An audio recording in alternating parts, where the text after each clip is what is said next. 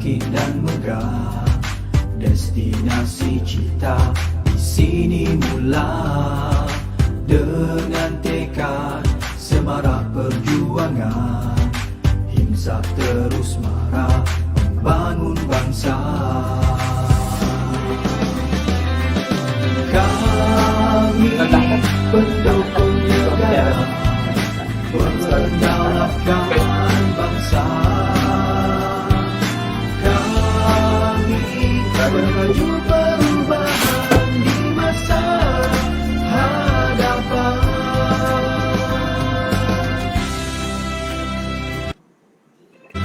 Takkan mudah berputus asa, takkan mudah apa dan terleka. Dengan tekad semarak perjuangan, himsa terus marah membangun bangsa. Kami pendukung negara, mendaulatkan bangsa. Kami melaju perubahan di masa hadapan. Kami melaju perubahan di masa hadapan.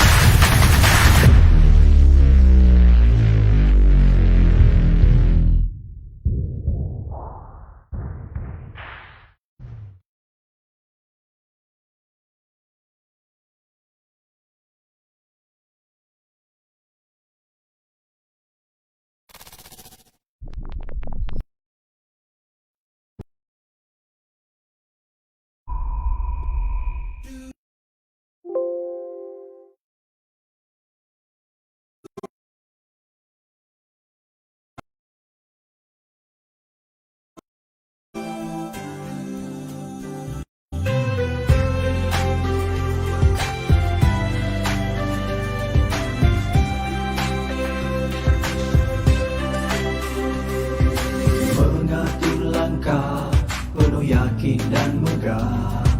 Destinasi cita di sini mula, dengan tekad semarak perjuangan, himsa terus marah membangun bangsa.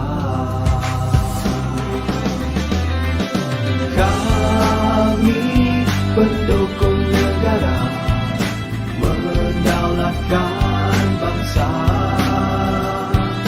Kami menuju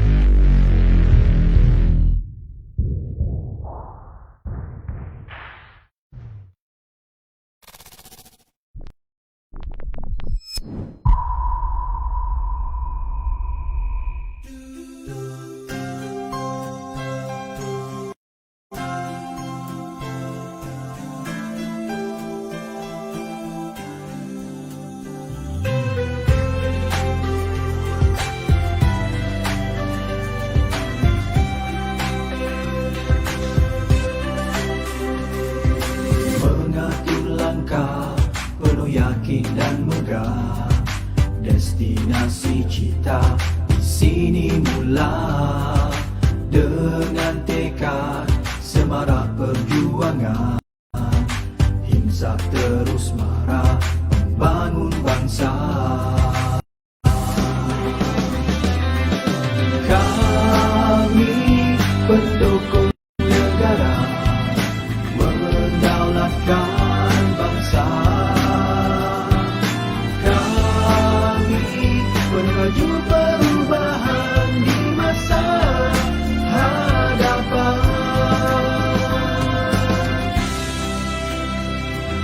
Takkan mudah berputus asa, takkan mudah dan terleka.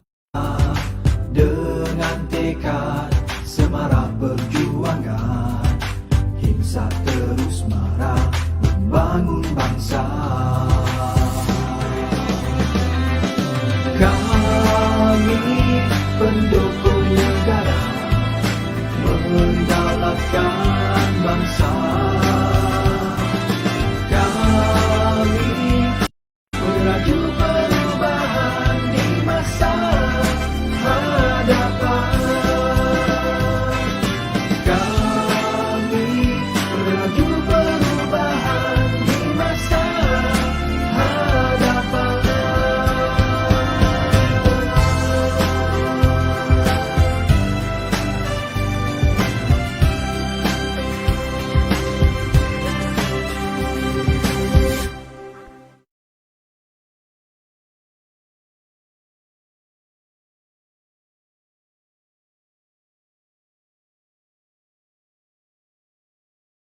Apa teman kita tak nampak tak?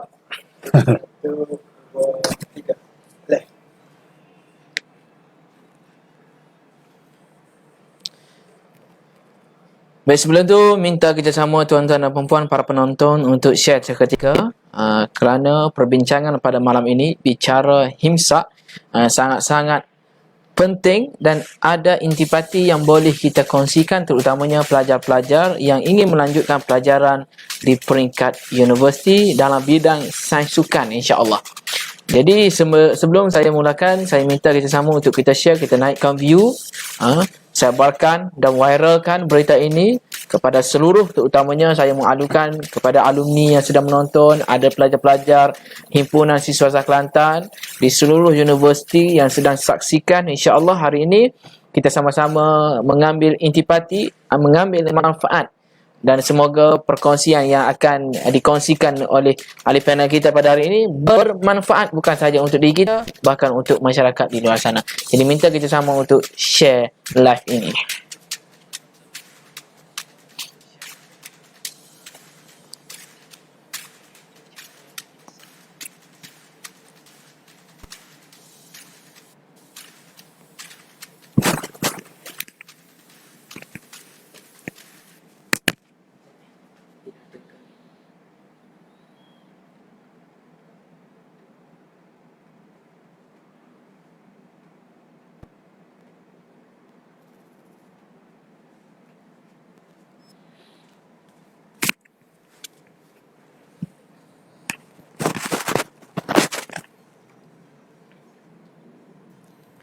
Baik, bismillahirrahmanirrahim. Assalamualaikum warahmatullahi wabarakatuh. Dan selamat malam saya ucapkan kepada semua para penonton yang sudi saksikan bicara himsa yang kita keluarkan khas daripada Himpunan Siswazah Kelantan untuk perkongsian, untuk pemberian input-input yang berguna kepada para penonton, masyarakat di luar sana, terutamanya dalam berdepan dengan pandemik COVID-19. Baik, bersama dengan saya pada malam ini, tidak lain tidak bukan seorang tokoh yang sangat rapat dengan Himpunan Siswazah Kelantan, HIMSA, iaitu yang berbahagia Profesor Madya Dr. Muhammad Hanizu bin Muhammad Nur, yang merupakan Dekan Fakulti Sains Sukan dan Rekreasi Universiti Teknologi Mara. Apa khabar, Prof? Alhamdulillah.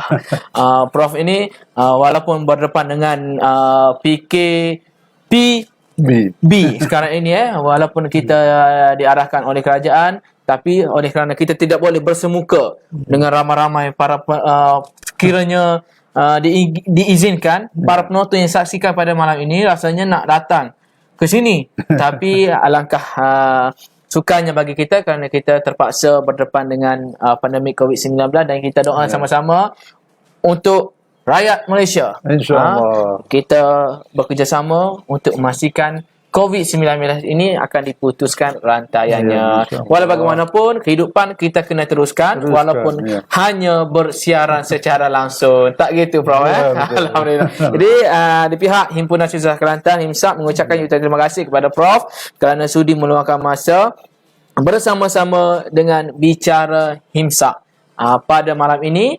Dan insya-Allah perkongsian ini akan mendapat manfaat, dan sebelum itu sebelum saya berikan peluang kepada Prof kita untuk berikan input-input yang berguna pada malam ini, yang kita akan bincang berkenaan dengan peluh atau keluh. Mungkin anda tertanya-tanya, kenapa tajuk ini yang dipilih peluh atau keluh? Apa panggil message yang ingin kita sampaikan sebenarnya. Itu yang paling penting. Jadi anda di luar sana sabar dahulu kerana persoalan ini akan dikupas oleh Profesor Madya Dr. Muhammad Anizu bin Muhammad Noor, Dekan Fakulti Sains Sukan dan Rekreasi Universiti Teknologi Mara. Baik.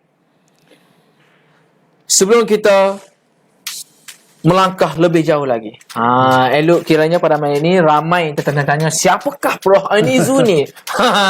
Siapakah? Tengok pada sosok tubuh ini, siapakah Profesor Madya Dr. Muhammad Anizu ini? Jadi Prof, saya bagi peluang kepada Prof hari ini. Mungkin tertanya di luar sana, siapakah yang berada di tepi saya ini? Prof, Okey. ramai anak-anak muda ingin tahu siapakah Prof Anizu. Daripada mana Prof ini? Adakah daripada Selangor ataupun daripada mana? Dan sampai ke tahap ini Prof menjadi dekan. Macam mana perjalanan Terima Prof? kasih. Bismillahirrahmanirrahim. Assalamualaikum warahmatullahi wabarakatuh. Berdahulu saya ucapkan terima kasih kepada saudara Wan Mahusin sebagai moderator kita pada malam ini, dan juga tidak lupa kepada yang bahagia Datuk Haji Muhammad Faizal Daud sebagai Presiden HIMSA kerana memberi peluang kepada saya untuk berkongsi sedikit pengalaman dan pengetahuan dalam bidang sains sukan dan kecergasan dan rekreasi ini. Jadi sebenarnya saya berasal daripada Kampung Badak, Bacok, Kelantan. Orang baca. Itu dia. Umur sekarang ni dah 56 lah. Tapi nampak macam 36 lah. Itu. Itu dia.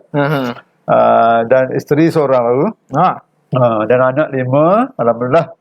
Jadi saya sebenarnya kalau ikut kerjaya, saya lepas menamat pengajian di Universiti Melaya dulu 1987,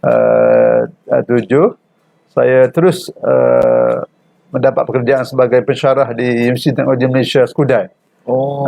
Daripada 1989 lah sehingga 2012. Dan pada tahun 2012 sampai 2015 saya dipinjamkan ke Kementerian Pekerjaan Tinggi apabila dilantik sebagai pengarah Jabatan Penuntut Malaysia, ataupun sekarang dikenali sebagai Education Malaysia, United Kingdom dan Ireland, berpejabat di London. Jadi 2012-2015 saya di sana. Jadi di sana tugas saya dan semua pegawai di sana ialah menjaga kebajikan dan juga semua aspek-aspek kehidupan pelajar-pelajar Malaysia kita di United Kingdom dan Ireland, bermakna di 5 negara. Maknanya 4 negara: United Kingdom, England, Scotland, Wales dan Northern Ireland. Dan satu lagi Republic Island. Jadi 5 negara kami jaga pelajar-pelajar Malaysia. Lebih kurang masa saya bertugas sana lebih kurang 20,000 pelajar Malaysia, sama ada pergi dengan tajaan kerajaan ataupun pelajar sendirilah. Jadi 20,000 itu keseluruhan pelajar Malaysia di 5 negara tu, yang mana tugas kami menjaga kebajikan dan semua aktiviti dan segi akademik dan sebagainya lah. Jadi pulang daripada London, balik bila habis bertugas di London 2015, saya balik ke Malaysia, balik semula ke UTM Skudai, sebab saya pergi ke London pun daripada UTM Skudai. Tapi 4 bulan selepas tu saya berpindah ke UiTM Shah Alam sebagai pensyarah di UiTM Shah Alam bermula September 2015. Tapi tidak lama kemudian, setahun 3 bulan je saya berada di UiTM Shah Alam, saya dipinjamkan ke Universiti Malaysia Kelantan sebagai balik kampung sebagai pengarah Pusat Transformasi Komuniti Universiti. Oh, Menjalankan kerja-kerja okey. komuniti dan juga pihak universiti di Kelantan selama 2 tahun. Jadi saya kembali semula ke UiTM Shah Alam pada Disember 2018. Jadi dan pada 1 Jun 2019 saya dilantik sebagai dekan Fakulti Sains Sukan dan Rekreasi sampai hari ini lah. Itu sedikit sebanyak latar belakang saya. Semua dari segi pendidikan, saya dari segi first degree saya di Universiti Melaya. Lepas tu bila di UTM Skudai saya melanjutkan pelajaran ke peringkat master di Ohio University di United States. Dan PhD saya di Sekolah Perubatan USM Kubang Krian. Itu dari segi pendidikan lah. Itu saja saya latar belakang sajalah sebentar lalu. Baik, terima kasih kita ucapkan kepada Prof kita atas sesi pengenalan. Hebat sangat. Kalau di peringkat negara, Prof juga menjadi duta lah kami kira, duta pelajar yang jaga perkhidmatan kebajikan pelajar di luar negara. Di luar negara kita jaga. Jadi itu sedikit pengenalan daripada Prof yang merupakan dekan Fakulti Sains Sukan dan Rekreasi Universiti Teknologi Mara. Jadi baik. Jadi Prof selaku dekan di Fakulti Sains Sukan. Jadi apakah kursus-kursus terutamanya anak-anak pelajar di luar sana yang berkeinginan untuk menjadi pelajar sukan? Jadi apakah tawaran-tawaran kursus yang disediakan oleh Fakulti Sport Science itu di bawah Prof sendiri? Dan apakah kelayakan-kelayakan yang diperlukan untuk menjadi salah seorang pelajar di fakulti Prof? Terima kasih. Kita ada sekarang kita ada 10 program pengajian. Baru dari peringkat diploma sehinggalah peringkat doktor falsafah PhD. Diploma kita ada diploma pengajian sukan, diploma pengurusan sukan dan rekreasi, diploma eksekutif. Ini kita akan perkenalkan pada bulan September 2020 ni. 2021. Diploma eksekutif pengajian bola sepak. Ini khusus kepada mereka yang dah bekerja lah. Melibatkan diri dalam sukan bola sepak. Itu kita panggil diploma eksekutif. Maknanya bukan fresh student tapi mereka dah bergelumang dalam bidang bola sepak. Sama ada jurulatih, ada sebagainya lah. Dan juga kita ada sarjana muda pengurusan sukan, sarjana muda sains sukan.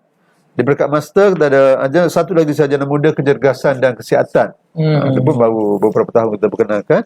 Dan peringkat master kita ada master sarjana sains sukan dan rekreasi secara kerja khusus, maknanya coursework. Ada kelas, ada kuliah. Dan satu lagi sarjana pengurusan sarjana sukan, sarjana sains sukan. Itu secara full research, buat research penuhnya. Tak ada kelas ya. Begitu juga kita akan perkenalkan sarjana pengurusan teknologi sukan. InsyaAllah bermula September tahun depan. Sarjana pengurusan teknologi sukan, master dalam bidang pengurusan teknologi sukan. Dan juga PhD dalam bidang sains sukan dan rekreasi. Maksudnya dari bidang teknologi itu macam mana, Prof? Maknanya penggunaan kita, alat-alat teknologi. penggunaan alat teknologi, reka cipta alat teknologi yang berkaitan dengan sukan. Jadi jadi master dalam bidang menguruskan alat-alat teknologi ini. Di mana kita tengok sekarang ni banyak kan, di Malaysia kita ni banyak kegiatan sukan menggunakan alat teknologi yang canggih kan. Jadi bagaimana kita nak menguruskan alat teknologi ini untuk kegunaan sukan. Master dalam bidang. Sebab sekarang ini kat media sosial, Facebook terutamanya, ada alat yang jual untuk menghancurkan lemak-lemak. Itu termasuk dalam mungkin jurusan. Itu boleh juga kita jadi sebahagian daripada subjeknya lah. Tapi kita fokus pada macam contoh bagaimana kita nak betul dari segi macamnya alat reka cipta untuk kita mengetahui sistem senaman kecergasan atlet. Kita boleh ada alat yang kita akan buat. Mana sekarang ni masyarakat daripada UiTM Seremban 3 dah banyak mengeluarkan alat-alat teknologi sukan ni. Jadi bidang pengajian ni bidang pengajian yang tentang menguruskan alat teknologi sukan ni, penggunaan alat teknologi dalam sukan lah. Baik. Jadi sekiranya contoh saya sebagai seorang pelajar di Fakulti Prof. Selepas kita tak menamatkan pengajian, apakah tawaran-tawaran yang boleh kita mohon untuk kerja nanti? Adakah dia tertumpu kepada bidang sukan sahaja ataupun dia meluas, Prof? Sebenarnya saya dapati bekas-bekas pelajar kami lah, sains sukan rekreasi ni, bertebaran di seluruh Malaysia. Bertebaran. Maknanya di semua jabatan kerajaan dan swasta ada. Even ada salah seorang pelajar kita sekarang ni bila tamat pengajian di UiTM, beliau buat master di United Kingdom di Birmingham, dan dia buat PhD di Liverpool. Dia attach dengan Liverpool Football Club. Dan selepas tu sekarang ni bekerja dengan Persatuan Bola Sepak Qatar yang akan menganjurkan World Cup pada tahun depan. Maknanya sampai ke seluruh dunia ada. Even ada beberapa pelajar kita yang berkhidmat sebagai pengurus kelab-kelab sukan di Vietnam, di Indonesia dan sebagainya lah, mengatalah. Cuma bidang-bidang lain, of course kita misalnya dari segi sebagai tenaga pengajar akademik, pensyarah. Kebanyakan saya boleh katakan 90% daripada pelajar-pelajar kami di UiTM Shah Alam dan juga 4 kampus lain di Malaysia. Kita ada di Arau, Perlis, di Samarahan, di Jengka, Pahang dan juga di Seremban 3, masuk Shah Alam. 5 kampus ni 90% daripada pensyarahnya adalah alumni UiTM, Fakulti Sains Sukan. Maknanya kita perlukan mereka sebagai pensyarah. Even kami dalam masa 10 tahun lagi lebih kurang 25 orang pensyarah akan bersara. Jadi maknanya mereka ni yang cemerlang akan dapat peluang sebagai pensyarah sains sukan lah. Begitu juga bila misalnya saya tengok di Kementerian Belia dan Sukan, kalau kita pergi, ramai bekas pelajar kita. Majlis Sukan Negara di Bukit Jalil, itu Sukan Negara Bukit Jalil, Majlis Sukan Negara Negeri, Jabatan Belia dan Sukan Negeri, ramai kebanyakannya pelajar-pelajar alumni FSR lah, Fakulti Sains Sukan dan Demokrasi. Begitu juga ada yang menjadi physical trainer di pusat-pusat gimnasium, juga terlibat dalam sebagai coaching staff untuk pasukan Liga Perdana, Liga Malaysia, misalnya sebagai physical trainer dengan Selangor, dengan Perak, dengan Melaka, kebanyakan student kita. Begitu juga sebagai performance analyst, menganalisa prestasi ini pun adalah pelajar-pelajar UiTM Shah Alam. Even saya rasa saya dapatilah bila saya tanya kawan-kawan, mereka cakap memang semua yang performance analyst yang ada di Malaysia, Liga Bersama Malaysia ni datang daripada keluaran UiTM. Alhamdulillah, tahniah kepada Universiti Teknologi Mara, UiTM di hatiku. Jadi Prof, ada sahabat-sahabat di luar bertanyakan, dia akademik dia agak kurang sikit, tapi dia sukan dia sangat aktif. Dia wakil negeri, wakil daerah dan sebagainya. Tapi apakah syarat-syarat yang paling penting boleh untuk masuk ke UiTM? Alhamdulillah. UiTM ni sebenarnya kita ada kerajaan melalui Kementerian Pendidikan Tinggi beri special lah kepada UiTM ni untuk berputera dan Melayu, beri kemasukan khas kepada atlet melalui saluran atlet kita panggil, tidak melalui UPU. Ini maksud kalau syarat UPU untuk masuk ke fakulti kami ni SPM 5 kredit, masuk bahasa Melayu lah, bahasa Malaysia kan. Tapi bagi student atlet kita panggil yang mewakili negeri ataupun negara, mereka boleh masuk ke UiTM dengan 3 kredit saja, lulus bahasa Melayu dan juga sejarah. Lulus ni maknanya E lah. E itu lulus. Baru fail kan? Mudah sangat. Mudah saja bagi atlet. Tapi syaratnya kalau negeri 2 tahun mewakili negeri. Misalnya dalam SUKMA. Kalau negara setahun pun tak apa. Jadi mereka ni 3 kredit saja dan lulus bahasa Melayu dan sejarah. Matematik English tidak dikecualikan. Tidak kredit pun tak apa. Baik, maksudnya di sini sekiranya anda seorang pelajar sukan yang pernah mewakili negeri ataupun negara di peringkat sekolah anda dahulu, walaupun anda mempunyai syarat yang pertama adalah 5 kredit itu, tapi kita ada saluran khas yang telah pun disediakan oleh pihak kerajaan kepada Universiti Teknologi Mara. Jadi insya-Allah sekiranya anda berkeinginan untuk melanjutkan pelajaran, boleh. Syaratnya memang senang. Boleh. 3 kredit, mungkin pengajar Islam, kan? Pengajar Islam, sejarah, geografi. Cukuplah lulus BM, lulus sejarah, matematik English tidak diambil kira. Boleh menjadi seorang atlet yang berpendidikan, insya-Allah. Baik, Prof. Jadi sekarang ini kita masuk ke segmen yang kedua yang agak panas sikit, berkaitan dengan PKPB, Perintah Kawalan Pergerakan Bersyarat yang telah pun diarahkan oleh kerajaan bagi kita memutuskan rantaian COVID-19. Ini yang menyebabkan ada segelintir orang yang suka bersukan, keluh.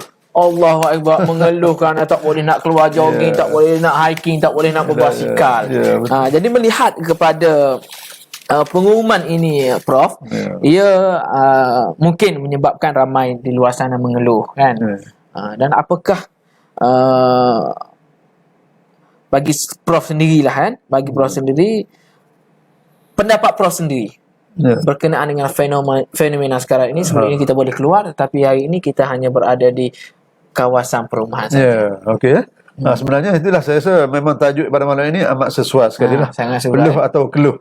Peluh bagi mereka yang sentiasa suka berpeluh sebelum ni. Betul. Tapi sekarang mereka mengeluh. Kerana tidak dapat buat aktiviti di luar. Beli basikal mahal-mahal tak boleh buat. Contoh. Okey, sebenarnya kalau kita seorang yang aktif dalam segi aktiviti fizikal bersukan, sebenarnya PKPB ataupun PKP sebelum ni pun sebenarnya memang menjejaskan sedikit saja. Bagi saya sedikit saja. Maknanya kita masih boleh meneruskan aktiviti fizikal ni walaupun di dalam rumah ataupun di sekitaran rumah kita lah. Misalnya kalau kita boleh buat misalnya dalam rumah, kalau kita ada kemampuan mungkin boleh beli treadmill ataupun basikal ergometer tu, kita buat aktiviti dalam rumah menggunakan peralatan teknologi. Itu agak mahal. Tapi yang biasa ni kita boleh buat aktiviti macam buat regangan, regangan setempat dalam, kita kata duduk atas kursi pun kita boleh buat, berdiri, aktiviti lompat, orang kata lompat saja sekolah dulu, lompat saja tu. Saya ingat kalau 10 kali pun dah mengah tu. Dah keluar peluh yang baik tu. Terutamanya telah pun meningkat umur.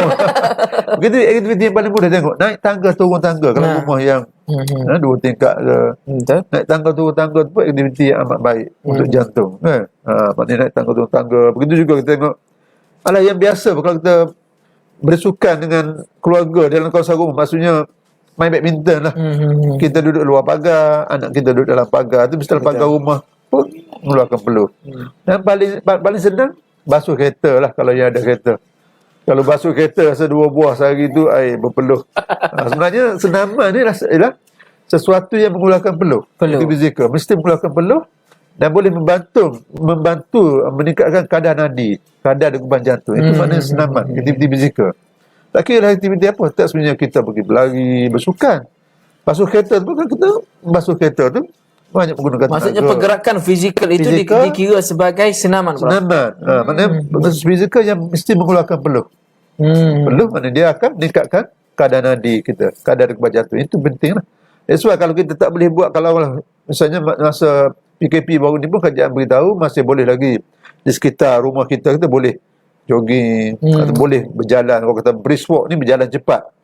Jangan berjalan macam YB Ya, betul. Dia berjalan agak cepat yang mengeluarkan peluh.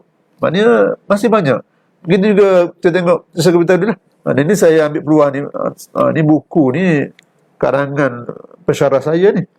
Haji Cergas ni. Aktiviti simple di rumah yang kita boleh buat.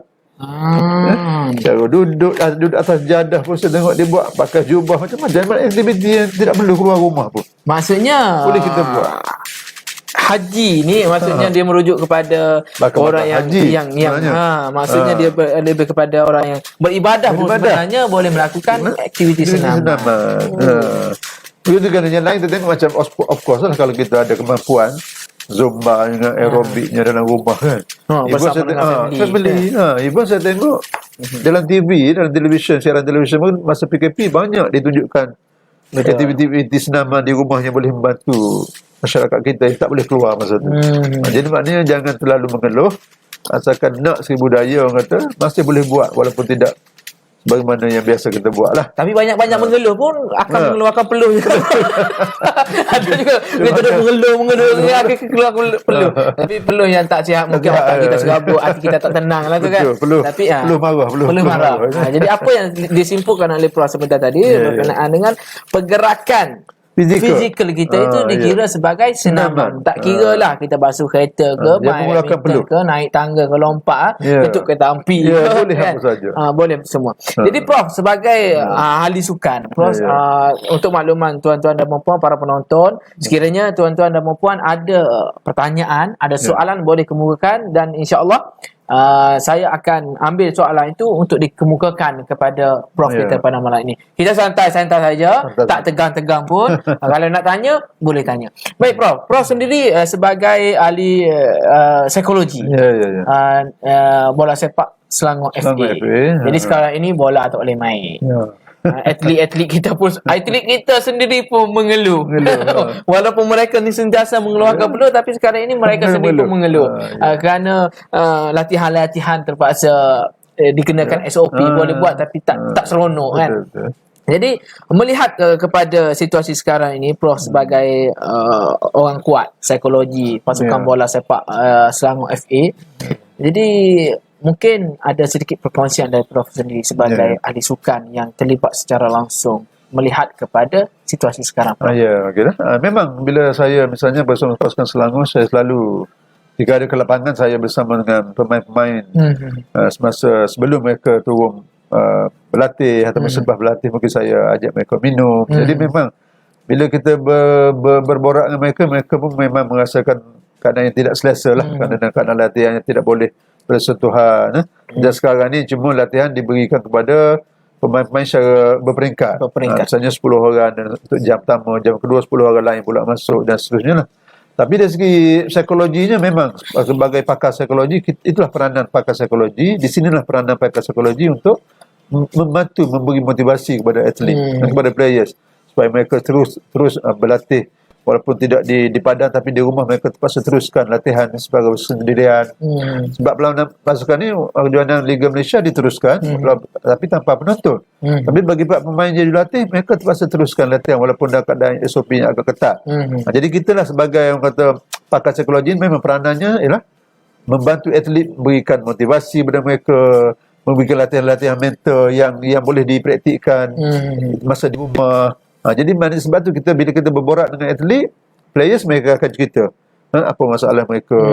Kalau mereka rasa tidak sesuai dengan latihan dan juga jurulatih, kita akan maklum pada jurulatih untuk ada perubahan dan sebagainya. Itu maknanya dari segi psikologi ni memang sekarang memang penting. Semua atlet saya rasa memang stres, down sebab mereka tak dapat training dengan baik, especially bagi mereka yang sukan yang kata team sport ni, sukan berpasukan.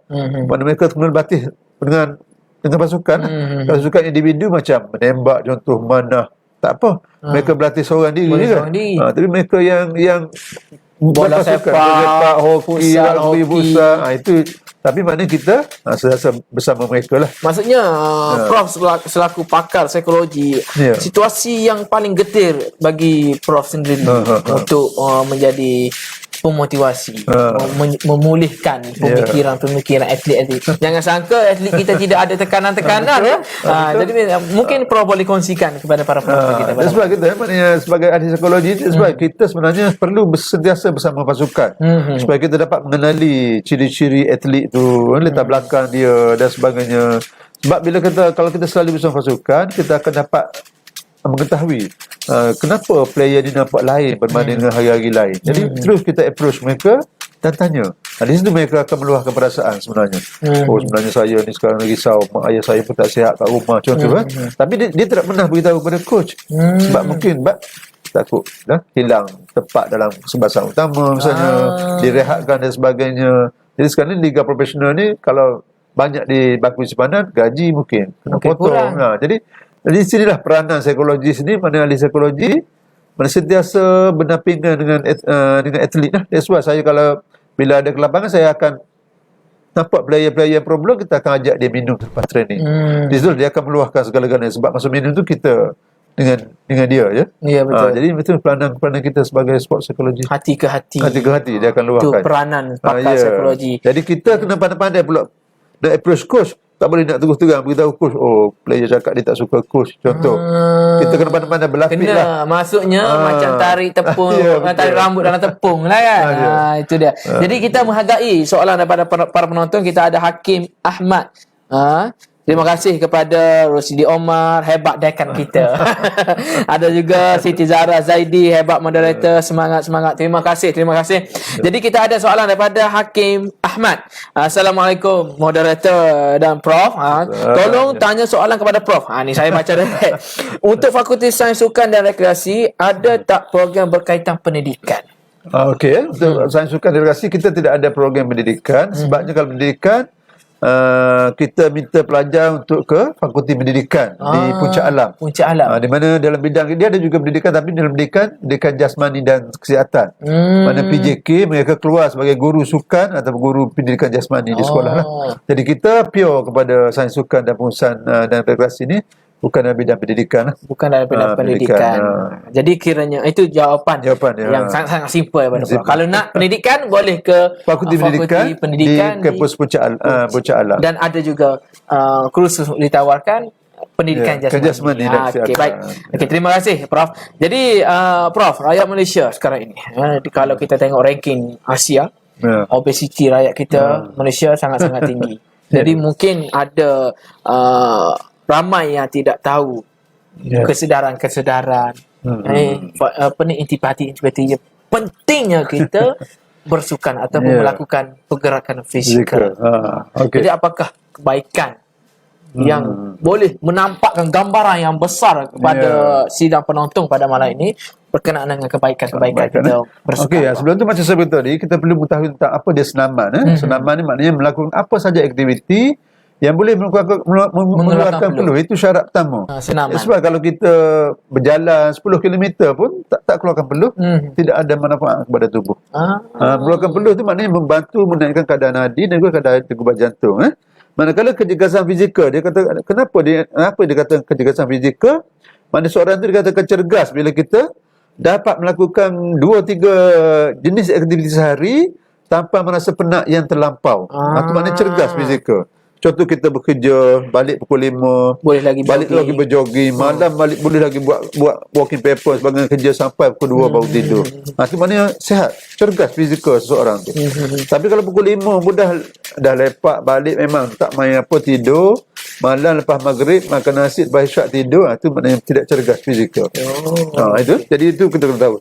Dan dari segi kebaikan memang banyaklah kebaikan senaman ya. Kalau kita tengok misalnya, cuma saya nak beritahu sini mungkin sebelum tu kita mungkin boleh cek masing-masing tentang body mass index ni, BMI ni. Indeks jisi badan ni sebenarnya yang menentukan kita ni dalam kategori obese ke, underweight ke, overweight. Itu penting. Sebab apa, kalau kita rasa sekarang ni aku okey tapi rupanya underweight, tidak sesuai. Jadi mungkin tuan-tuan boleh google lah, kalau saya cerita pun boleh, maknanya kena pengiraan dia berat dalam kilogram bahagi dengan tinggi dalam meter ganda 2. Misalnya contoh kalau kita berat 70 kilogram lah, saya contoh tinggi 1.75 meter, darab 1.75, dia keluar lebih kurang 18 ataupun 20 ataupun 22 lah lebih kurang ya. Jadi kita pun tahu kalau underweight ni kurang daripada 18.5 tu maknanya kita ni kurang berat badan. Kurang berat badan ni pun tidak sesuai, tidak baik untuk kesihatan. Manakala 18.5 hingga 24.9 tu adalah normal. 25 hingga 29.9 tu adalah overweight. Dan 30 hingga 40 tu BMI kita obese. Dan lebih daripada 40 tu maknanya extreme obese lah. That's why kita kena tahu kedudukan body mass index kita. Dan dari segi kebaikan senaman kita tengok memang banyaklah saya buat kat sini. Misalnya memang tadi meningkatkan kecergasan fizikal. Mana kita nak buat pelbagai aktiviti fizikal, kita boleh mampu lagi. Betul. Kalau berjalan dan sebagainya, kita mampu mengawal tekanan darah dan mengurangkan risiko penyakit jantung. Sebab kalau kita cergas, maknanya kita tuan-tuan kena tahu yang kita ni cergas tak cergas tu bergantung pada yang paling utama ialah jantung kita lah. Jadi jantung kita ni tuan-tuan pun saya ingat ada yang tahu, jantung kita ni memang bekerja keras. Sehari semalam mengempam darah sebanyak 100,000 kali. 100,000 kali jantung kita mengempam darah.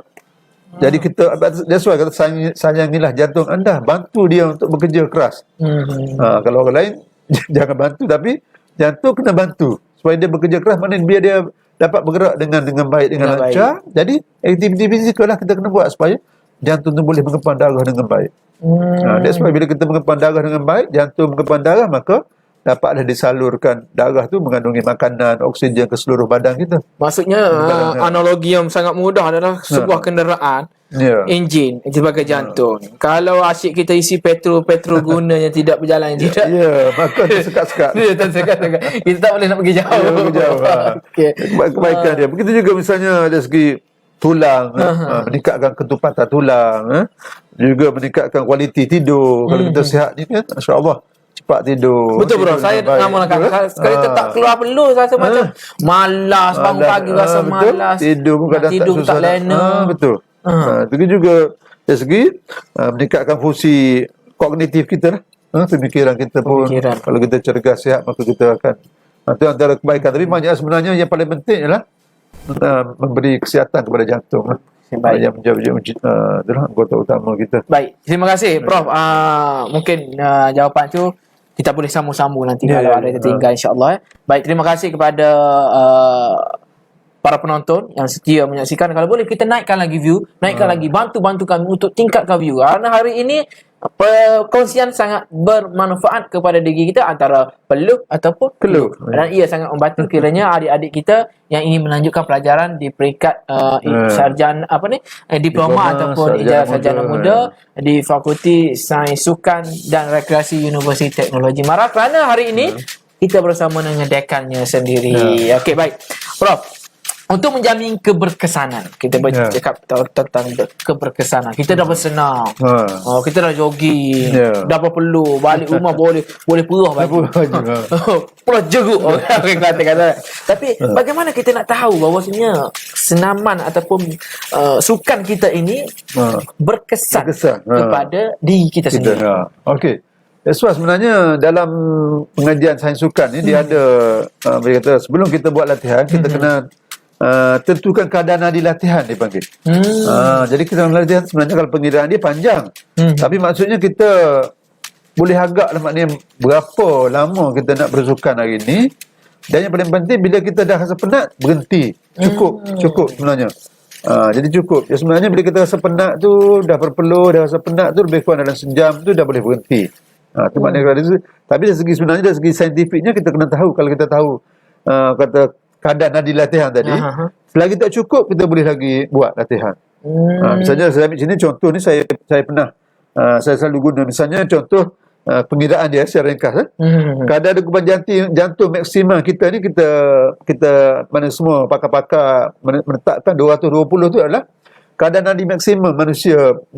Degupan jantung dia boleh berdegup sebanyak 220 kali dalam masa seminit lah. Seminit. Kan? Kuat tu. Kuat. Itu betul. Kalau lebih 220 tu kira matilah. Itu dia kira maksimum. Jadi kita tolak dengan umur kita. Umur kita 40 misalnya jadi 180. Jadi kita tolak keadaan nadi rehat. Keadaan nadi rehat maknanya kalau kita keadaan yang biasa tak buat apa-apa, pakar-pakar perubatan kata kita jantung kita berdegup sebanyak 70 kali je seminit.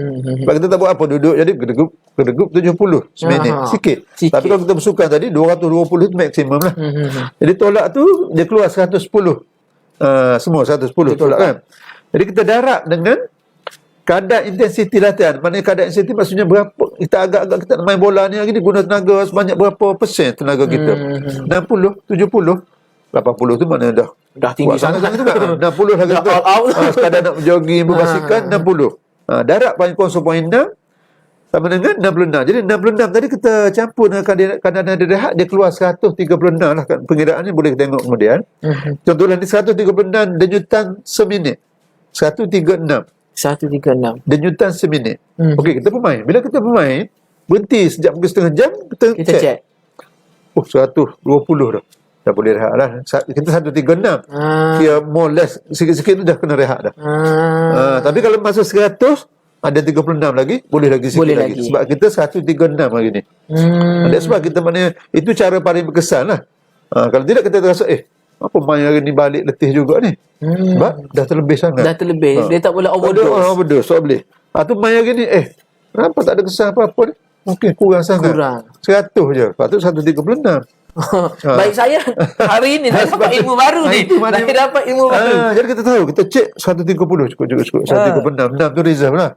That's why lah mungkin saya beritahu pada moderator kita. Ada berlaku yang kematian mengejut ni tengah main badminton dulu kan, Datuk Razali Duta Kepala Menteri. Dan tarikh ini juga saya kehilangan bukan hari inilah, tarikh yang sama kehilangan sahabat saya di Gua Musang bermain futsal masuk dalam sinar harian tahun lepas. Tiba-tiba ini salah satu punca sebenarnya. Maknanya kita bermain telah melebihi, telah terlalu lebih daripada dan kadar degupan jantung seminit, kadar latihan yang kita perlu buat pada hari itu. Contoh 136, mungkin dia masa tu dah 150. Betul. Terus jantung akan problem. Begitu kita tengok jumpa juga beberapa pemain liga profesional luar negara kan mati tengah padang sedang bermain liga profesional tu, maknanya fit lah mereka tu. Kejegasan kata tak boleh nak question lah. Fit kan training tapi meninggal tengah bermain. Mungkin badan tak sihat, kita nak beritahu coach takut kena potong gaji duduk tepi. Kena letak kat Okey tepi, semua okey hari ni main dengan keadaan yang tak sihat. Tak sihat. Jadi dia main sekejap dah sampai keadaan nadi latihan cukup lah. Tengah jam je tu main.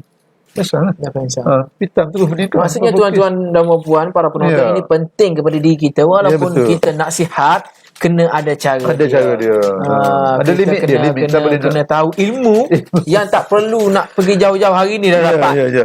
Selepas Cuma- kita jogging-jogging, kita check dulu. Check Kalau tak sekejap. cukup, kita boleh tambah. Kalau lebih, kita sama. boleh dah. Sebab tu Jangan tengok, sampai terlebih. sukan bola sepak tu sekarang ni dah bagi peluang minum. Berhenti sekejap ataupun sukan bola sepak misalnya kalau perlawanan lah. Kita tengok keadaan misalnya bola terkeluar jauh ke ada kecederaan dalam padang, kita cepat-cepat kita ni keluar cepat-cepat minta air. Jangan biarkan terlalu dahaga. Cuma perkara lain untuk keberkesanan ni saya nak tambah lagi lah.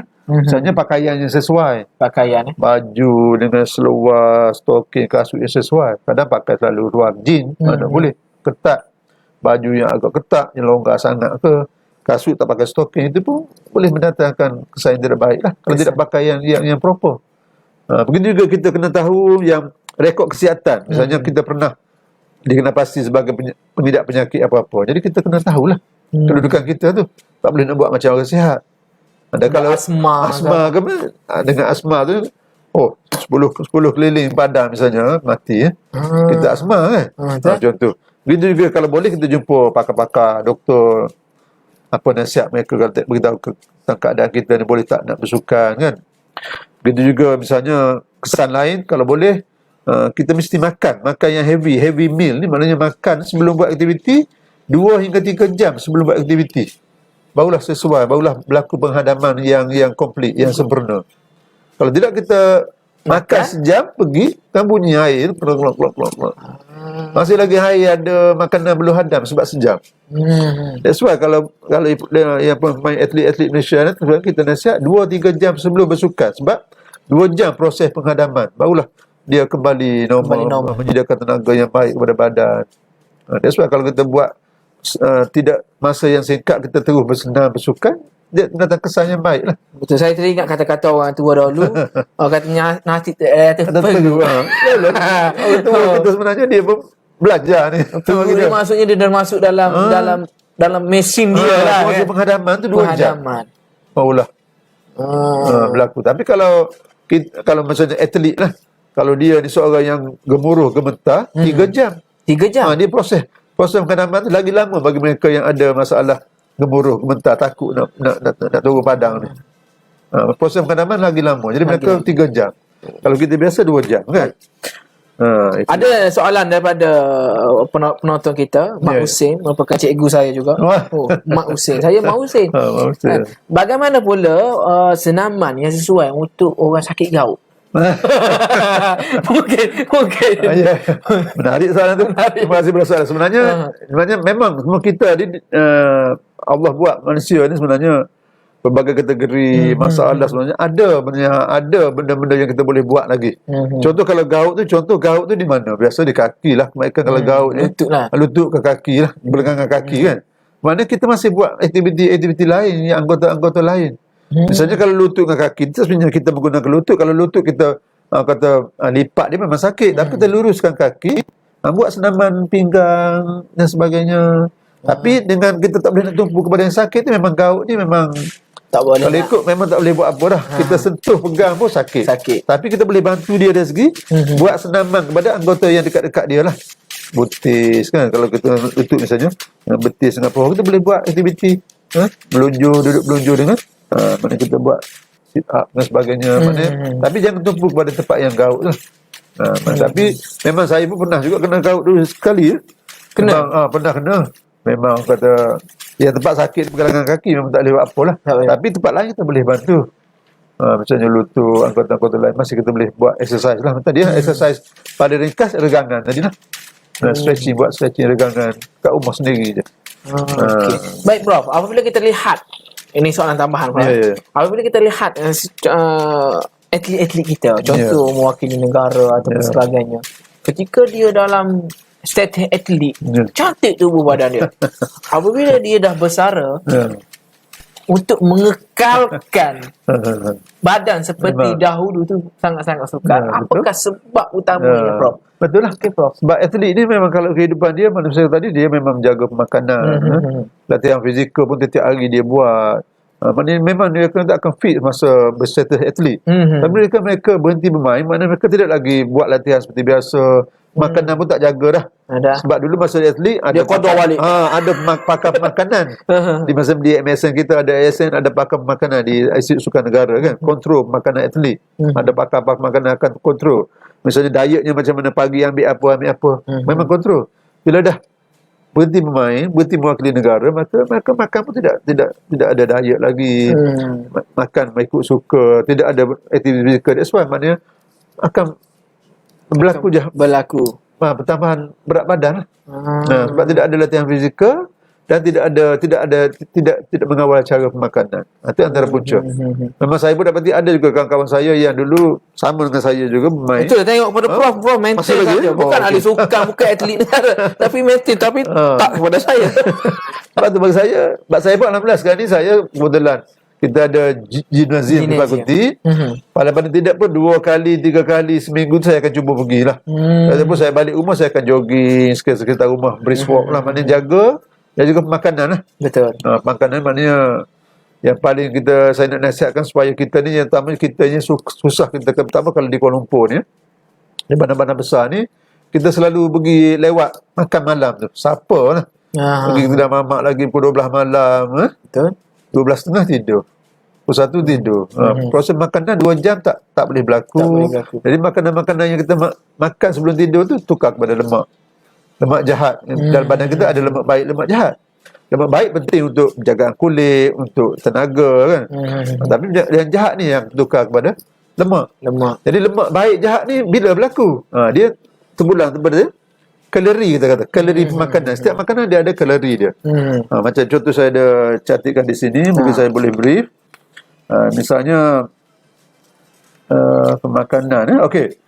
Bagi kita individu yang tidak bersenam, tidak suka bersenam, tak suka buat aktiviti fizikal, kalori dia cuma 1,500 hingga 2,000 kalori je sehari.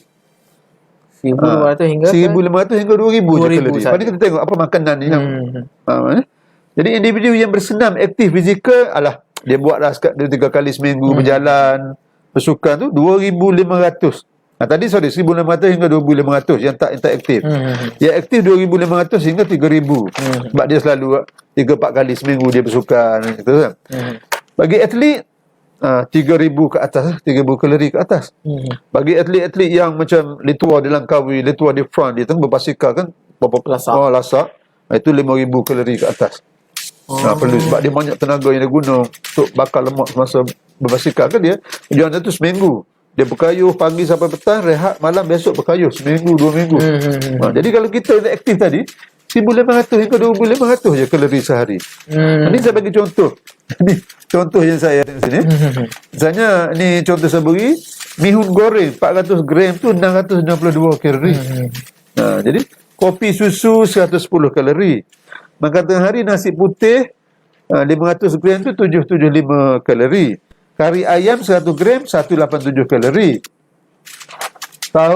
Toge goreng 900 gram 78 kalori. Nampak ringkas kan minum makanan tu? Milo 1 gelas petang tanpa goreng pisang lah, Milo je. Milo. Tanpa roti canai 60 kalori.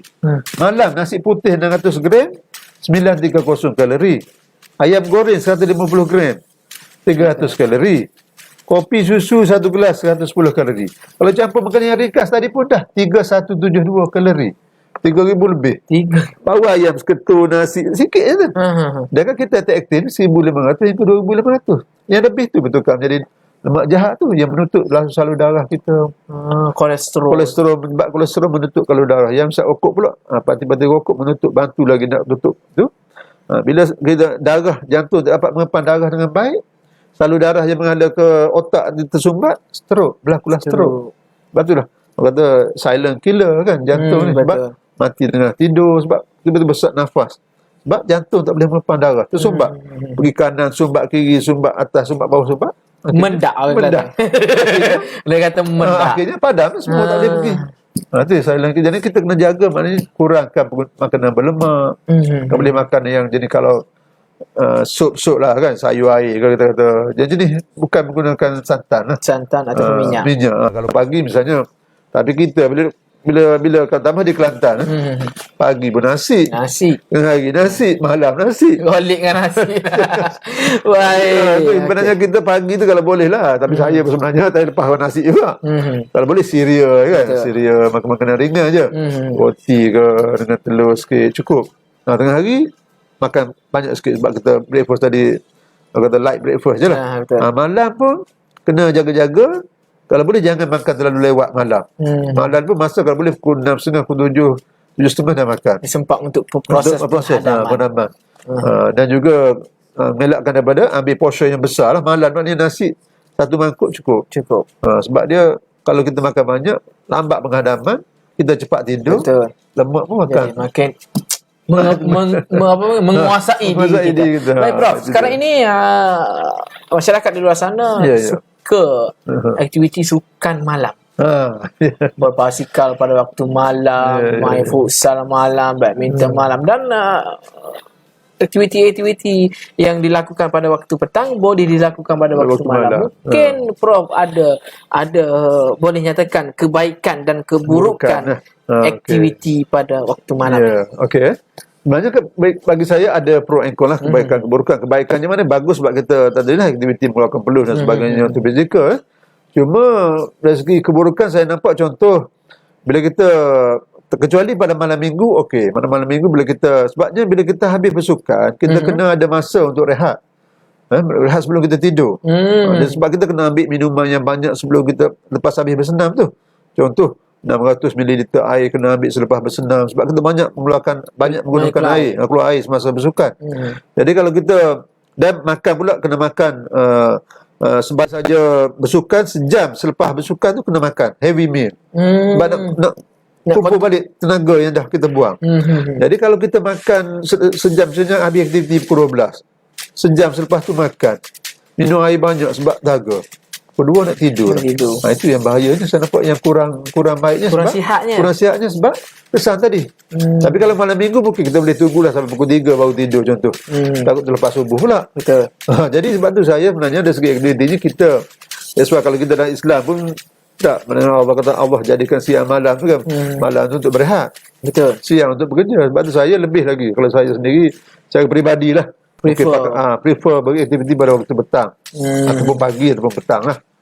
Dan malam ni tadilah kena ada tadi, sebab kalau kita jaga dari segi keperluan tadi, kita boleh buat. Tadi mana selepas aktiviti sejam, dan masa sejam kena makan heavy meal sebab nak ganti tenaga, minum air yang banyak. Jadi takut yang benda tu yang menjejaskan, sebab takut kita bila lepas sukan sejam lepas tu makan, minum, sejam lepas tu tak tidur. Sebab dah pukul 3 main pukul 12, betul, pergi kedai mamak, kedai bak, pukul 2, pukul 3 nak tidur. Itu yang kita tengok, aku bangun pagi esok kerja lagi. Tengok tiap-tiap malam main futsal, kenapa badan tak sihat kan, lemah. Sebab tadi tidur tak cukup, makan tak cukup, penghadaman masanya dengan baik. Itu maknanya antara kesan buruk. Baik tadi baiklah sebab aktiviti mengeluarkan peluh tadi. Maksudnya dalam sukan ada keburukan, ada kebaikan.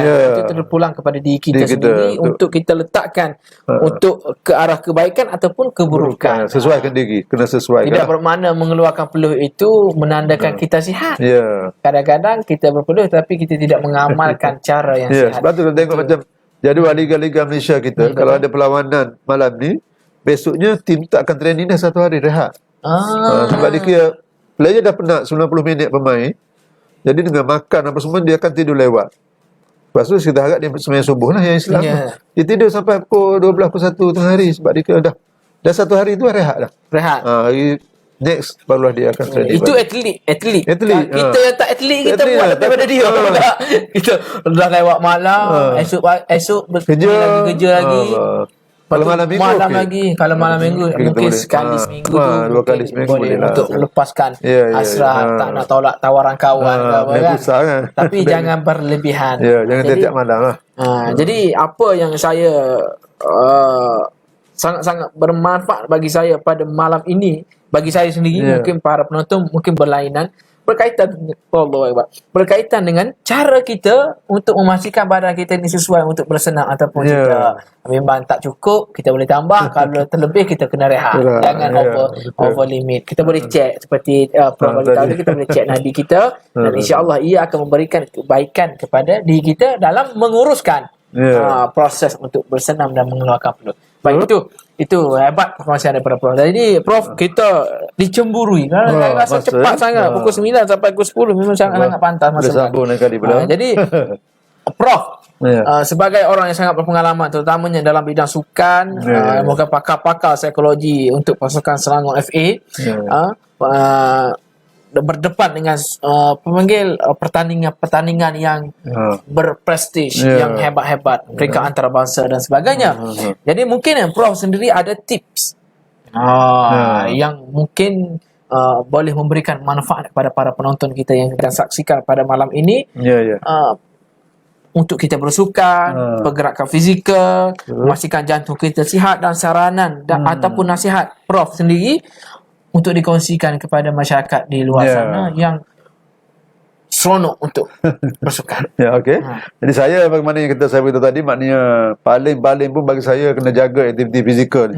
Sebab aktiviti fizikal ni tak mengira umur, kita boleh buat apa saja. Even orang kata pada mereka umur kanak-kanak memanglah remaja semua.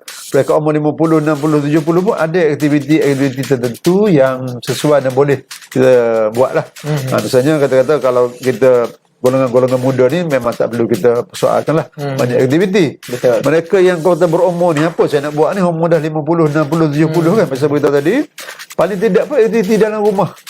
Buat regangan dalam rumah, kalau luar rumah tu kata berkebun, alah, bersih-bersihkan rumput, bunga-bunga, pokok bunga isteri misalnya, siram-siram bunga tu aktiviti. Paling-paling tidak pun kita tengok, kalau di luar negara, berjalan di taman-taman rekreasi ini merupakan satu perkara yang lumrah bagi mereka yang dah umur 60, 70. Pimpin tangan suami isteri berjalan. Maknanya umur 70. Kalau kita di Malaysia, kita 70 tu memang ulang alik masjid dan juga. Memang betul lah. Tapi waktu lapan sepatutnya perlu ada aktiviti fizikal. Mana perlu ada pergerakan fizikal tu. Jadi setakat kita pergi seorang biasa masjid dengan kereta. Betul. Balik dengan kereta. Jadi balik Ada letih. skuter sekarang Ada ni. skuter pula. Jadi balik penat juga. Umur dah 60 lebih, 70 kan.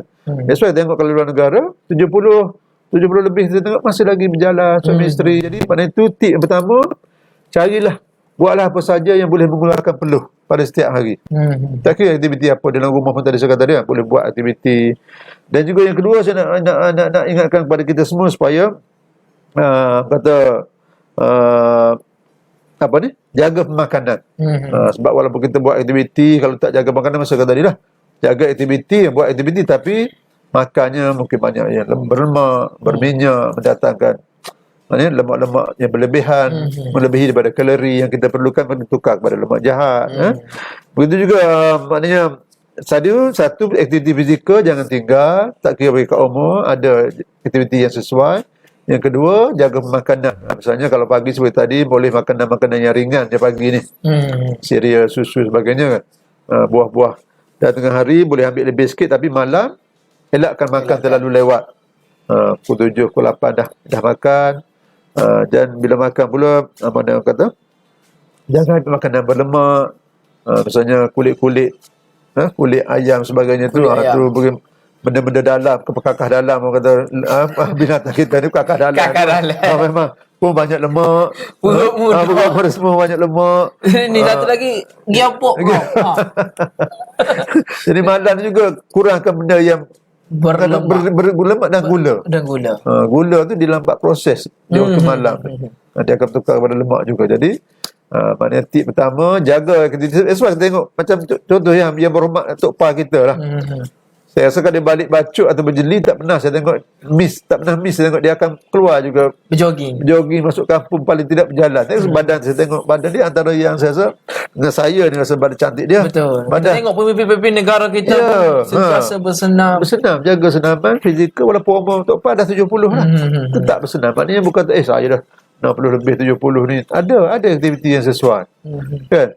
Begitu juga jaga makanan lah. Kalau tambah kita ni yang berjawatan sikit, mungkin problem kita nak jaga makanan, pergi tempat-tempat majlis-majlis rasmi, makan sedap-sedap. Jadi kita kontrol. Makan jangan ambil portion yang banyak. Sikit tak apa nasi, tapi lauk banyak tak apa. Sayur banyak tak apa. Nasi tu portion tu kecil je sikit. Jadi bagaimana dengan makanan? Ya. Panggil, dia makan sikit tapi kerak. Dia sebenarnya tadi mana yang bagi saya, kalau makan sikit kerak tu, mana kita tengok pada jenis makanan juga. Kalau jenis makanan dia makanan yang tidak sihat tadi, dia takkan kesan tidak baik kepada mereka. Tapi kalau dia makan makanan yang baik, walaupun kerak pun tak apa. Tak apa. Misalnya sejam sekali makan, tapi sayur dia ambil kan, buah-buahan, salad je, roti, tidak heavy. Tapi kalau kerak, nasi kabu, sejam nasi lauk, sejam nasi dagang, itu yang menyebabkan meningkatkan timbang-timbang tengok Allah naik 20 kg. Betul. Itulah. Okay.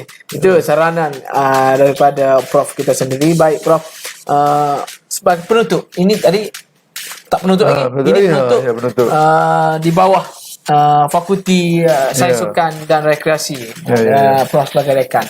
Jadi mungkin ada pelawaan ataupun tawaran-tawaran di pihak fakulti Prof sendiri untuk anak-anak pelajar yang mungkin berminat untuk menyertai dalam jurusan sains sukan. Jadi mungkin Prof dapat gambarkan secara orang panggil produk lah ni, nego produk. Okay. Iklan. Bagaimana anda menjadi salah seorang pelajar di fakulti Prof dan apakah proses pembelajaran secara ringkas kepada pelajar-pelajar yang ingin minta. Okeylah. Jadi sekarang ni memang kalau mana yang bagi saya dua kategori lah pelajar yang boleh masuk UiTM. Pertama, mereka yang masuk cara biasa melalui UPU. Jadi mana pendidikannya 5 kredit, mana kena berusaha agak lebih. Dan yang kedua bagi atlet lah. Especially ni bagi atlet, kita ada special intake. Kita panggil track atlet kepada mereka ni. Asal mewakili negeri ataupun negara, tak perlu melalui UPU. Mana memajukan negeri boleh hantar nama kepada fakulti, terus kita sokong dan terus boleh masuk belajar. Dan saya nampak pertama, golongan yang masuk secara biasa ni banyak juga kelebihan yang mereka dapat bila kita semua subjek banyak yang hands on atau praktikal. Jadi mereka boleh praktikkan bila mereka keluar daripada pengajian. Bagi atlet juga lagi special, sebab mereka masuk ke UiTM dah masuk secara orang kata special track khas. Mereka juga akan diberi kad matrik berstatus student athlete. Student athlete ni bila pakai kad ni boleh dikatakan raja lah di UiTM. Raja. Sebab apa? Student athlete ni mereka boleh atur sendiri jadual belajar. Misalnya nak ambil satu subjek je satu semester. Sebab ada atlet UiTM yang mewakili negara.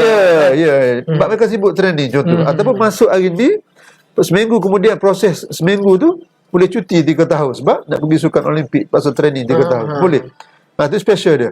Jadi student atlet ni mereka diberi kelonggaran boleh belajar, orang kata dengan mudah sampai mati. Selagi tak mati boleh belajar. Maksudnya dia berkecimpung dia sukan umur 50 baru bersara, baru dia start belajar. Boleh 3 tahun 53 dapat degree. Maksudnya itu hak keistimewaan atlet ni. Ataupun kalau dia rasa dia nak habis juga, dia rancang lah. Semester ni ambil 2 subjek je. Oleh ambil 6, 7, 8. Dia ambil 1 je. Itu special atlet bagi atlet. Dia mereka diberi kelanggaran tadi dan banyaklah hadiah-hadiah kemenangan UiTM bagi Malaysia pun bagi. Beasiswa biasanya dia akan dapat beasiswa daripada KPT. Beasiswa daripada kerajaan negeri, beasiswa negeri. Dan itulah maknanya special yang mereka ni. Mereka kita beri kelonggaran. Jadi UiTM je yang ada special track ni untuk ambil atlet masuk tidak melalui UPU. Jadi bagi mereka yang berminat, mungkin selepas ni kita akan buat jelajah pendidikan misalnya ke seluruh Malaysia. Yang berminat boleh terus pergi tanya pihak UiTM cara nak masuk UiTM melalui unit Amnis track atlet. Nak masuk dua cara nak masuk. Cara yang pertama yang melalui UPU isi borang seperti biasa. Yang kedua atlet wakil diberikan negeri dan negara. kelebihan, kelonggaran ya. untuk memasuki menyambung pengajian di Universiti Teknologi Mara di Ya. bawah Fakulti Sains Sukan Sukan dan Rekreasi melalui special Track, track. special track atlet. Tapi anda walaupun sebagai atlet di luar, anda Ya. boleh terus menjadi atlet Ya. dan diberikan Betul. layanan yang istimewa. Dan maknanya macam moderator beritahu tadi, mereka terus boleh aktif bersukan Betul. di UiTM. Sebab kita tahu di UiTM ni memang kita ada jurulatih-jurulatih pakar-pakar kita yang ada yang membantu kami di Fakulti Sains Sukan, membantu atlet kita. Even kita di UiTM kita ada misalnya pasukan bola sepak, rugby dan hoki bertanding di Liga Kebangsaan. Namanya kita ada Liga Kebangsaan masuk misalnya UiTM FC sekarang ni begitu hebat. UiTM Dan Liga FC, Super daripada 90%-nya pemain-pemain terdiri daripada pelajar-pelajar dan 90% juga adalah pelajar sains sukan. Dan mereka maknanya umur masih muda tapi dapat menandingi kehebatan pasukan-pasukan lain dan liga. Sebab kita ada pakar-pakar sains sukan yang membantu. Betul. Begitu juga sukan-sukan lain lah. Ramai national athlete berada di negara di fakulti kita. Even di SEA Games Filipin tahun lepas 36 orang pelajar daripada UiTM Mewakili wakil negara, 32 orang daripada sains sukan. Alhamdulillah. 4 orang je daripada fakulti lain. Maknanya dan ada yang menang emas, perak dan gangsa lah. Betul. Jadi kepada atlet-atlet adik-adik yang berkecimpung dalam dunia atlet dan bercita-cita untuk menjadi atlet sukan negara kan. Tetapi dari Atlet segi yang berpendidikan. dari segi orang panggil kelayakan SPM-nya tak seberapa kan, kerana fokus kepada sukan kan. Tak sempat nak masuk kelas kerana cikgu panggil latihan kan. Jadi anda jangan putus semangat kerana anda boleh bergelar atlet yang berpendidikan kerana tawaran yang istimewa disediakan oleh Universiti Teknologi Mungkin saya ambil satu peluang lagi. Boleh. Satu lagi mana sebagai mereka yang kata memang SPM-nya tak bagus tapi atlet, kita ada program pra-diploma. Pra-diploma. Pra-diploma ni SPM 3 kredit termasuk bahasa Melayu dan lulus matematik dengan BI. Lulus maknanya E je. Matematik dengan BI, kredit bahasa Melayu dan lulus Mat BI dan sejarah, kredit bahasa Melayu, boleh masuk pra-diploma. Pra-diploma ni ada 2 pra-diploma sains dengan pra-diploma perdagangan. Biasanya kita mungkin perdagangan lah kalau yang tak kuat sains. Dan bulan masuk belajar, banyak kampus-kampus cawangan negeri pun ada program ni. 6 bulan ditanggung sepenuhnya oleh UiTM. Dapat duit poket lagi RM200 sebulan. Dan belajar 6 bulan ni dengan tolak cuti semua 4 bulan lebih je. Betul. Habis 6 bulan terus layak masuk buat diploma. Diploma terus. Diploma sains sukan. Yes. Diploma boleh buat apa saja tapi kita minta dia orang buat sains sukan lah. Lebih senang sebab mereka atlet. Jadi maksud katanya peluang sangat-sangat luas. Sangat-sangat luas, sangat-sangat banyak. Tak boleh nak masuk di peringkat ijazah, tak boleh nak masuk diploma, ada pra-diploma pula. Ini tawaran-tawaran yang istimewa. Terima kasih yang kita ucapkan kepada Dekan Fakulti Sains Sukan dan Rekreasi Universiti Teknologi Mara, Profesor Madya Dr. Muhammad Anizu bin Muhammad Nur, kerana sudi meluangkan masa. Kita sangat faham sekarang ini semua ahli akademik, bukan akademik, universiti sibuk memikirkan SOP untuk menggerakkan program aktiviti pelajar, pembelajaran dan sebagainya, kerana kita masih lagi berdepan dengan pandemik COVID-19 dan kita sama-sama doakan agar Malaysia kita berjaya dalam mengharungi liku dan ujian yang sangat getir. Kerana kita mesti bekerjasama kerana kita berada dalam zaman perang ini. Peperangan kita ini pada hari ini lebih kepada pengorbanan. Lebih kepada pengorbanan dan kerjasama untuk memastikan COVID-19 tidak akan putus rantaiannya di tanah bertuah ini. Jadi sekali lagi terima kasih mengucapkan kepada dekan kita pada malam ini yang merupakan ahli keluarga Himsa kan. Jadi hari ini bicara Himsa, yang utamanya kita nak menyampaikan input-input. Walaupun kita berada di dalam kesukaran seperti hari ini, kita tak boleh nak face to face, tapi kita ada platform-platform yang kita sediakan, antaranya siaran langsung dan sebagainya. Jadi kepada para penonton, terima kasih. Saya menghargai kerjasama anda, menghargai masa yang diluangkan oleh anda semua, kerana malam ini tidak melepaskan peluang untuk mendengar pandangan-pandangan, intipati-intipati, input-input yang berguna yang diberikan oleh Profesor Madya Dr. Muhammad Anizu pada malam ini. Terima kasih buat kesemuanya. InsyaAllah saya Wan Mawazim mengucapkan jutaan terima kasih kepada semua. Menyusun 10 jari kepada anda sekiranya pada malam ini ada mungkin mulut terlepas kata, mata terlepas pandang bro, dan ada hati yang terasa. Sesungguhnya yang baik itu datangnya daripada Allah Subhanahu Wa Taala, yang lemah itu datangnya daripada makhluknya sendiri. Terima kasih buat semua, terus menyokong yang bicara Himsa yang akan datang. InsyaAllah kita akan teruskan platform ini demi kebaikan bersama. Himsa 2.0 peneraju perubahan Kelantan di masa hadapan. Assalamualaikum warahmatullahi taala wabarakatuh. Waalaikumsalam. Buat pemerintah.